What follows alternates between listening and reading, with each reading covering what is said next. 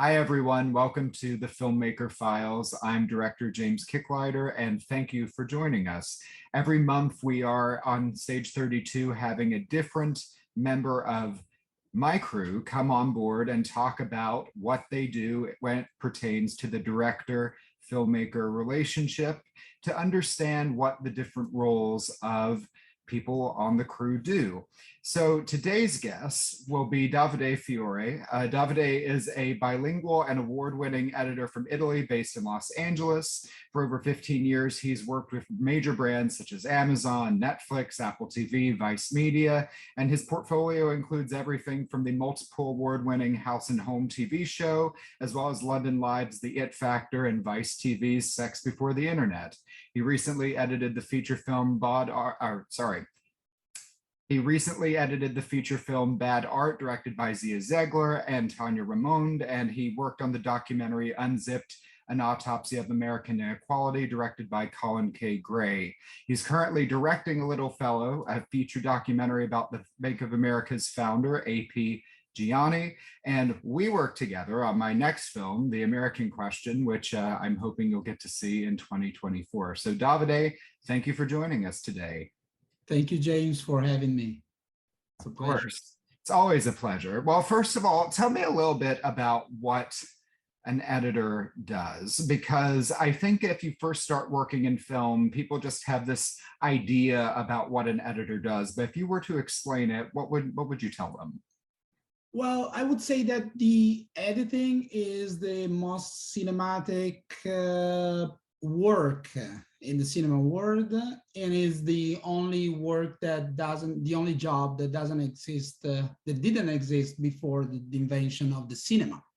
While cinematography comes from photography and screenwriting comes from writing, editing started with the cinema. So it's the only job that started with the cinema era. The editor is the person that put together the shots in a manner that can bring emotion, can tell a story and create emotions. And sometimes it's easy, sometimes it's tough, as any work, any creative job.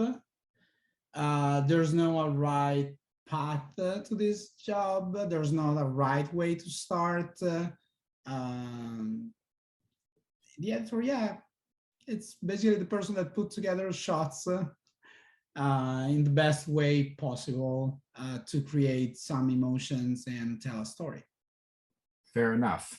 And I think that one thing that is something directors kind of have to learn when they start working with editors, or if they stop working with themselves as an editor and hire someone else to do it, what is the biggest misconception that you think a new director might have about working with an editor? It's not having an editor. That's the biggest misconception that there are good directors that can be editors, but the biggest thing is that the biggest misconception is that you can make it without an editor. That to me, it's the point one. You need an editor, another person that can look at your project with different eyes, with different background. So that's the first thing, that you think you can make it all on your own. And sometimes you can. There are a lot of good directors that are also good editors. But it's also, yeah, you need to have another point of view, that kind of challenge, someone that challenges you and make your project move ahead, move forward. That's, to me, the other biggest misconception is thinking that editing is a technical job. It is not. It is a very creative job, even though you have to be a good technician sometimes, but it is a creative job. And there's no right or wrong editing. The editor can be right, the editor can be wrong, the same as the director. You can take any movie editor right now that are out in the theater, and they can have 100 different editing, different cuts. Yeah, that's, I think, I'm too talkative. No, you're absolutely right. I often say that I don't have the answers to everything. And as a director who does sometimes edit, I often, as you know from our experience on The American Question, will pass it off to someone else. I might take a stab personally because I enjoy the editorial process. I view it as a director as the kind of the third part of a rewrite process, the idea you conceptualize, the idea you shoot, and then the idea you edit, which is the final version. But sometimes as a director, you can get in your own head about the work you're doing, and you really do need an outside pair of eyes to come in and say, hey, you're lost in this. Hey, this might be a better way of presenting this material. Maybe we should restructure it. Maybe we should reshuffle it. And that, to me, has always been very helpful to work with people like you that can really help us better understand the story that we're trying to tell, even though it's something we might know intimately. Sometimes it's having that fresh set of eyes that helps us understand what it is that we actually want to communicate in the final version of the story we're trying to tell. And so with that said, what do you think is helpful for a director to understand about the editing process? And you touched on that a minute ago. That's not just technical, it's creative too, right? So what should a director try to understand about that process? If you want to go smooth during editing, if you want to have a smooth editing process, you need to have some days set apart to set up correctly the project. You cannot rush the part of the assistant editing jobs, the setting up the project, no matter the software you use, no matter the amount of footage you have or the quality of the footage you have, you need to organize very, very well your footage, your project, because that is gonna make your editing process way better. It's going to be much more smoother. That's to me. So usually when I jump into a project, I ask to see the drive and I ask to see how it's organized, because the first thing that I do is to organize it properly. I take a week, 2 weeks to organize properly the project, because that's the key to any successful editing. It's to be probably the less creative in that part. You have to be and you have to be educated in that sense, because biggest problem I meet with young directors is that they have footage all over the place. They have it in their downloads folder, they have it in their mom's computer and whatever. And I'm like, guys, you need to organize it well. Then you can do whatever you want. You can edit, I can edit, someone else can edit. And my goal when I organize a project is to think about, if I give this project to someone else, can he or she or work on it? Is it clear enough? That's the basic that I think you have to understand as a director. But why do you think that matters so much? Because isn't it just footage that we can just edit and just get going? Why does it matter that the material has to be organized as an editor? How does that impact the director? Because when you want to choose, when you want to try different things, you can find easier the footage you're looking for, and you spend less time into the folders and more time in the timeline. And you can do like, you don't need to transcode. Oh, I have these on my mom's. Can you send me the footage from that folder? Or can you, oh, I don't have it with me. It's a waste of time. Most of the times when a movie comes to me, it's always like they are in a rush. They are like, oh, it took so long to pre-production to film it, and now we have just 2 weeks to edit. No, you're not gonna make it, because those 2 weeks they're going to become 2-3 months because you are not organized. If you spend 2 weeks organizing the footage, then it's going to be easier. And partially for new directors is the editing process doesn't start in post-production. The editing process starts in pre-production. A lot of time when I work on feature film or commercials, I'm on set with the director while they're filming. I'm in the meeting while they're preparing the shot list. It's not essential, but it's helpful to get a smoother process. Because this is where you're saying the technical and the creative kind of come together, if I were to summarize that. To say that editing is very much a creative job, but it does require that melding of technical and creative to make a smooth workflow from pre-production into post-production into deliverables. When I'm bringing my film to distribution, when I'm setting it up in different places, that organization is going to help us a lot. Yeah, absolutely. And that's partially, it's where you tell me as a director what you want to see.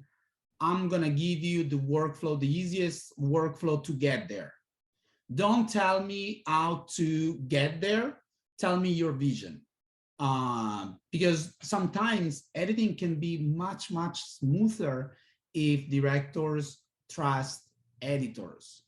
That's something that, especially with young directors, happens a lot when they have a specific way to do things and you're like, give me your vision, I'm gonna translate it in the editing process. It's interesting that you say that because it segs nicely into my next question about how much a director needs to know regarding the pace of the edit. You know, we've gotten through pre-production, we've gotten through production, and now we're actually assembling this. In projects for which you have started at the beginning, or even ones that you came in at the end, how does that discovery, when we're trying to figure out the pace of the edit, happen? Is it something that you and the director need to discover together, or is it something that's kind of communicated by you to the director in the discovery process? I think the key is communication overall. So I think talking, it's gonna help. It's gonna help the whole process. In any case, either the director knows what is the pace, either they don't know it. They can have an idea, but sometimes, you know, the idea doesn't match what they shot. And this happens a lot of time with action. They see James Bond, they see Mission Impossible, they shoot something that is vaguely there, and they think the editing can do the rest.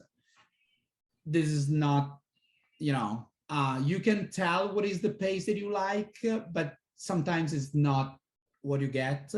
So it's something that you can discover together. It's something that you can communicate, but it's also something that sometimes you don't get it. And so let the editor give you some suggestions, give you some ideas. Talk. That sounds particularly tricky because, you know, sometimes I think, especially when you're starting out as a director, sometimes it's hard to receive feedback because you have this idea of what your vision is, right? We talk about our vision all the time. And something that I like to harp on a little bit is what we had just discussed, this idea of communication and collaboration, saying that, you know, I don't necessarily have all of the ideas. The ideas are going to come from everybody, including the editor. But that sometimes is a hard thing to learn. I certainly did not, you know, learn that out the gate. It took years of figuring that out to say, oh, maybe I shouldn't have the answer to everything. And my work might get better if I can include other people in that. And so how does an editor like yourself balance that guidance and feedback that a director might have about their vision while also pushing back on that creative feedback to say, you thought you were shooting James Bond or Mission Impossible, but it's broke. You know, you didn't have the money, you didn't have the cameras, you didn't have the coverage. How do you communicate that to someone that has such a clear vision in their head without, you know, destroying that relationship? That's tricky. Well, I think one of the skill that you have to have as editor, doesn't matter if you had it in Avid or Premiere or DaVinci or Final Cut, you need to be patient. You need to have a lot of patience and bring it with you in the morning when you sit down with the director, because that's the hardest part of the job, is give honest feedback to the director.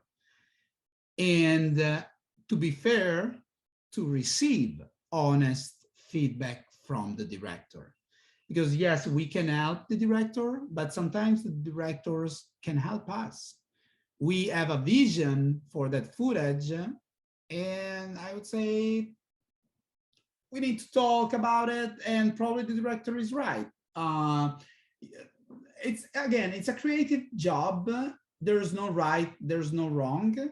You can communicate, you can push back, but especially in my case, in my experience, I push back twice in a very educated way. But then I do what the director asks. And most of the times I work with nice directors that allowed me to show them what is my idea. I'm going to edit the way they want, but then I'm going to show that the way I envision it. And it's fair. They see the difference and they can go with my idea or with theirs. But I can tell you, there's no right or wrong. It's happening both ways. I had like great ideas and I'm like, oh, let me put it together and show the director. And it was a little, like literally up long. No, never. And like it happens, and you know, it's on both ends of the spectrum, which is something that I think all creatives kind of have to learn from experience. Sometimes I will shoot something that I just thought was going to be great, and I get in editing and realize the idea I thought I had just didn't work.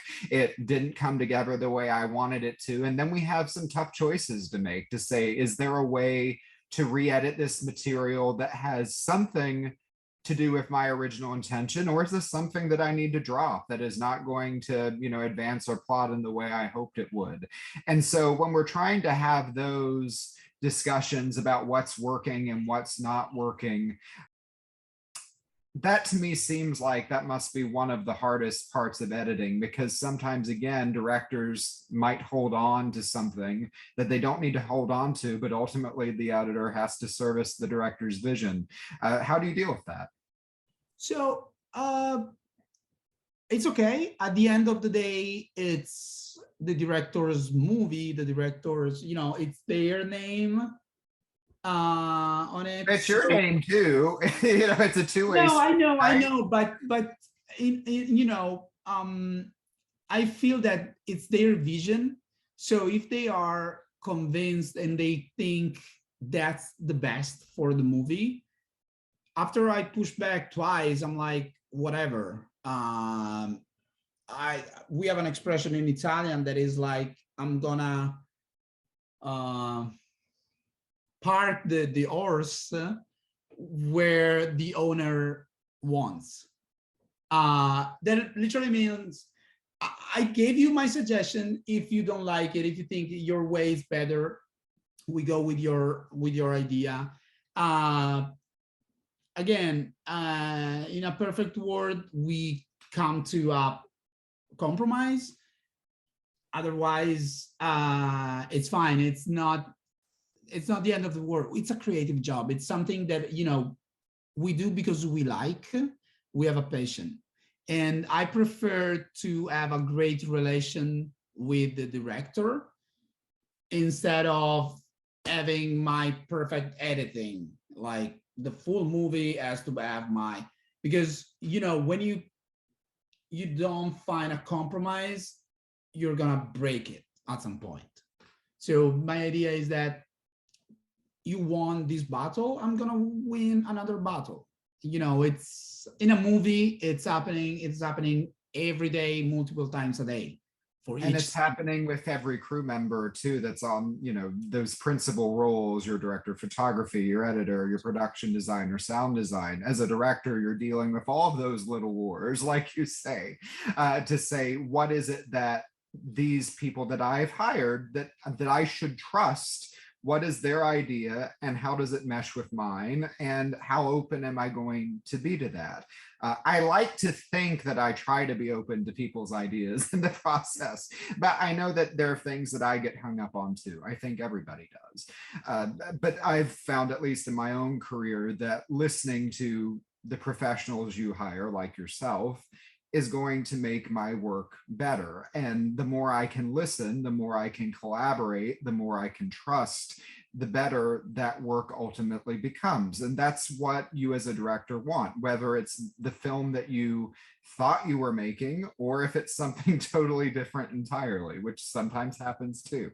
That leads to my next question, which is, I alluded to this a moment ago, saying there's the film you write, the film you shoot, the film you edit. When you get to editing, one of the hardest parts is letting go of the first two films. I think that as a director, at least in my own experience, every piece of that process is about letting go of something. When I'm writing something, when I'm developing something, if it's a documentary or a narrative, I have ideas that I started with. When we start filming, we're going to let go of some of those ideas because they didn't work. We're going to cut them because we didn't have time to do it. There are just various things that will occur. And so when we get to editing, how are you going to help the director let go of those two films to ultimately have the film in its final edited form? So that's a tough, it's a good question because it's very true. You have three movies. And I see it in this way. You have three moments where you can get the worst movie ever. You can write it badly, shoot it even worse, and edit it terrible. But at the same time, you have three moments where you can elevate and you correct, your movie. So I feel that the editors sometimes are like surgeons, doctors. They like to cut, they like to remove it. And it's not a bad thing sometimes. And that's where you need an editor. Because if you wrote it or you followed the writing process, you shot it, or you shot it yourself, you are too much into the movie. And I remember on a recent movie that I edited, Unzipped, talking with Colin, that we have a great relationship and we talk, we fight, in the editing room, it's amazing. It's one of my greatest collaboration. At some point, I told him, you have to kill your babies and let me do it for you, because you cannot do it. And at some point, he realized, like many other directors, the moment you step back and you let the editor take your vision and do those little changes, killing some scenes sometimes, you can see a new cut that is, maybe it's different from what you had in mind, but it's getting to the message that you want to send. So it's sometimes it's more effective. So to answer your question, again, it's a communication process, is a trust. If you hire an editor, it's because you trust him or her. And so I feel that the editing is the last possibility you have to elevate your footage and your movie. So um, listen to the editor, and at the same time, step back from the movie. Watch it like a week after, 2 weeks after. Don't keep watching it. Don't keep watching it. It doesn't make sense to work like 14, 16 hours in a day and have a bad product.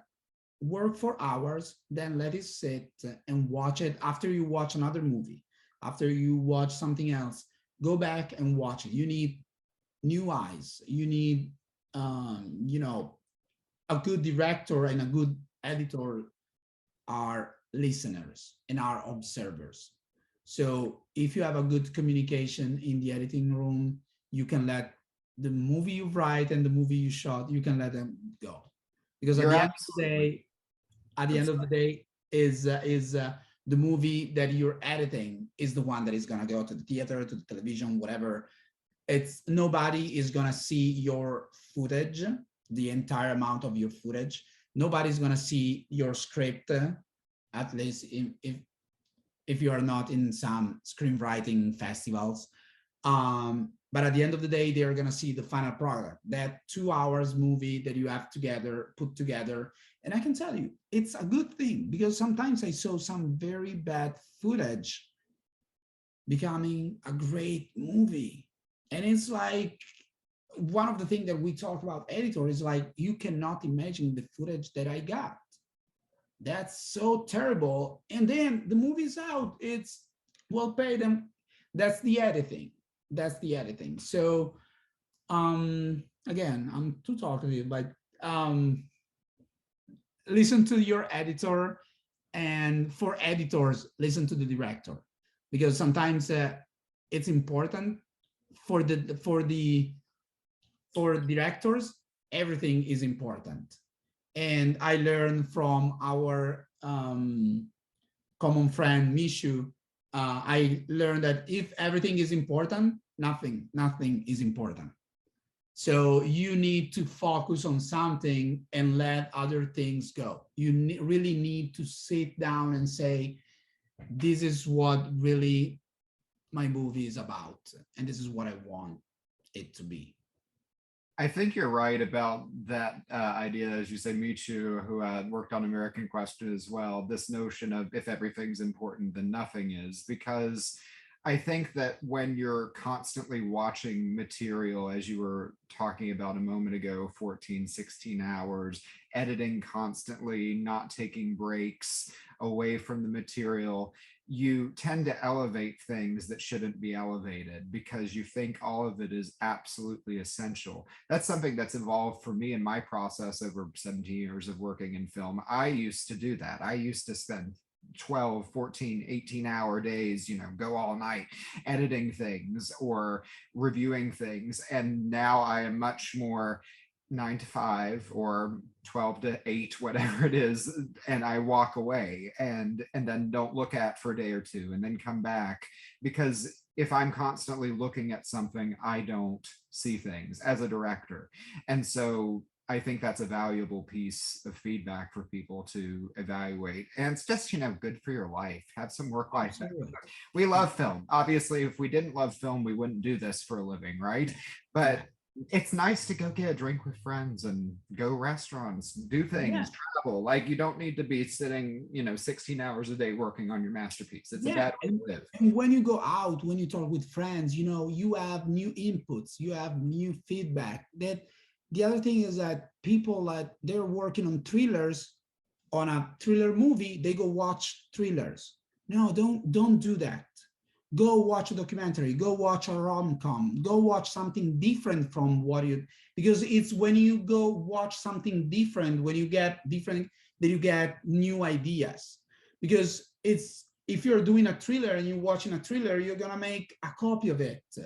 You need to get new elements in your, so if, yes, you like documentaries and you're working on a documentary, but stop watching documentaries, because you're gonna lose your creative process. Go watch a thriller, a horror movie, challenge yourself, challenge your perspective. It's one reason I try to watch everything. I watch everything from great films to trash films to reality TV. Watch all of it. And sometimes you get different ideas from the styles that people deploy in each of those things, and you can mash them up in the work you're doing. So yeah, it's really helpful, I think, for editing and for directing. So we talked about the good collaboration just a moment ago, right? You know, I was lucky to have a really great collaboration with you and Micho on American Question. You were great to have a relationship with Colin on Unzipped, but that's not always the case. Sometimes there are moments where editing can be really rough, and I have been there as a director too. Without naming projects, what on projects that have really gone wrong, what could have been avoided from an editorial perspective to make it better? So, to be fair, it was the communication. The worst thing that happened to me, it was the communication with the directors. I've been lucky, and just two projects, without naming them, but I had just two projects where I step out. I said, that's okay, I'm fine. I don't want to work on this project. And on both of them was the lack of communication and the lack of vision. That is different from the lack of experience. You know, in both cases, the directors were kind of experienced, but they didn't have a great vision. And to make it worse, they asked to me to have a vision on something that wasn't shot, that it wasn't, they wanted to save it in post-production without having the footage to save it in post-production. So the big deal in the communication was like, guys, you want to show the Statue of Liberty, but you don't have it in the footage. And you don't want to buy it, you don't want to film it, but you want to see it. You know, so, and the fact that there was no communication, and the more you speak to them and you tell them what's wrong with their documentary or their movie, and the more they are like, you are the editor, you can fix it. In both cases, I worked for 3 months, and then I stepped back and I said, I chose this line of business, this line of work, because I like it. I don't want to get on like my parents, that they came home stressed from work and they became, you know, you became a bad person. You know, you became stressed, you don't want to talk with people, you go home and you are complaining. No, I didn't choose this job to go home in that way. I choose this job because I want to go home and talk to my wife and tell her what I've done. And the morning after, I want to jump in and I want to go back to work. This is my wish for everyone. I hope that you can choose a work where you wake up on Monday morning and you want to go to work. That's why I do editing. That's why you do directing. It's because we can wait for the week to start. We're not waiting we wait for the weekend as well, of course, but we can't wait to go back to work. The next project is much more exciting. There's, you know, and so when I get into projects where people, the director, especially the directors, are in a bad mood and they have bad, I don't want to say bad vibes, but when they don't communicate, they are not proactive. They don't want to make it better. They want to just make it their own vision, and they are like not seeing anything else. I prefer not to work with them. That makes lots of sense to me, because as a director, the things that I've had the clearest visions on have usually been the most successful, which is one reason now why I choose not to do projects that I can't instantly connect with or find the interior excitement for. If I am not going to be passionate about it on day one, no one else is going to be either. And so I think that's really important, that you've got to have a clear vision that you can communicate to your team so they can do the best work they can do. That's directing. Directing in many ways is project management. It's understanding in and out what it is you're trying to tell, and then empowering people that you hire to do the best work they can do with the skills they have. So, and I think that was what happened with you on the American Question, that it was like, the beauty of your project was that, no matter the amount of hours I was working, I wasn't counting the hours. Like on most projects, I'm not counting the hours, because if you work well and you like the director, you like the project, you do the best you can to make that happen. And so when you came to me and say, we have to fix this and fix that, I was like, yes, let's reorganize, let's put it together, let's see where are the strength of the project, and what are the weakest part of the project, and let's do it together and let's do it properly. And there was I think never a moment where it was like, oh fuck, it's James again. I'm like, oh no, this is not happening. With most of the director I work with, I have no problem in get them on the phone. If they call me even Saturdays or Sundays, I'm happy to talk with them. That's I think it's important for our job. It's the key, because when you are like, you have the name on the phone and you don't want to answer, that's not a good sign. The second it's, oh fuck, James again, I should be retiring from direct. But finally, on that happy note, for anyone who wants to work as an editor and work in that field, what are some pathways for entry? Because I like to say there isn't, and you've said this too, a right or a wrong way to be an editor, just as much as there isn't a right or a wrong way to start editing. So for someone that aspires to do that, what would you advise them to do? Start doing it. To be fair, start editing. Someone says you have to go to school, someone says you can learn yourself.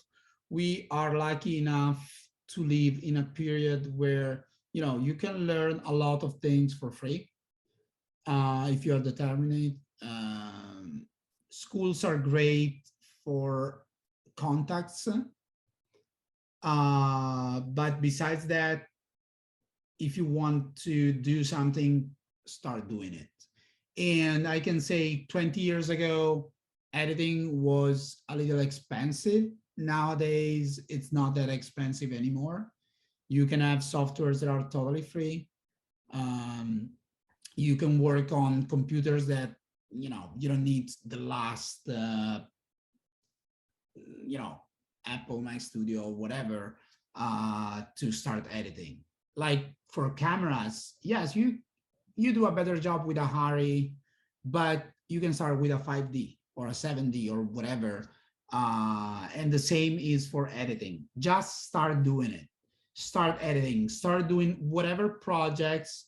There are no projects that are shameful. There are just, if they pay well, if they don't pay, it's a good exercise.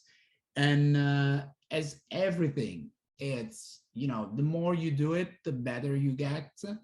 You learn a lot. And usually when I have assistant editors, I'm trying to give them something else to start editing, because, I did a lot of assistant editor jobs and I keep doing sometimes. I don't mind doing assistant editor jobs sometimes because I want to see other editors, how they work. And there's no way, it's hard for editors to work in the same editing room. So the best way to see another editor work is to be their assistant editors. And sometimes you're like, oh, I've been an editor for 15 years. I cannot do assistant editors. Bullshit, you can do it. If you do assistant editing, you learn. I learn a lot from Mishu. I learn a lot from Federico, another editor that I work a lot. Sometimes you just need to look other people working. Don't be afraid of making mistakes. Make mistakes. The more you make mistakes, the better you get. That doesn't mean that you have to be totally wrong, but it helps a lot. And work from home, work wherever you want, wherever you feel is better for you to work, but do it on a constant basis. And if you're young, that you're just finished college, or you are in that, it's hard to say, film and edit, because I didn't know I wanted to be an editor, even though I started when I was 18, 19, and I've done that the entire life for now. But at the beginning, I was filming, and that helped me a lot in both fields, because filming helped me editing, and editing helped me filming. So I was better in filming because I knew that it wasn't, in the editing was, not working. And at the same time, I now understand more the DPs, the camera operators, and I get their footage, and but most of all, yes, do it in a constantly base and keep doing it. Well, thank you so much for answering some of our questions today. For someone that wants to reach you, how can they best get a hold of you? Well, my email, my website,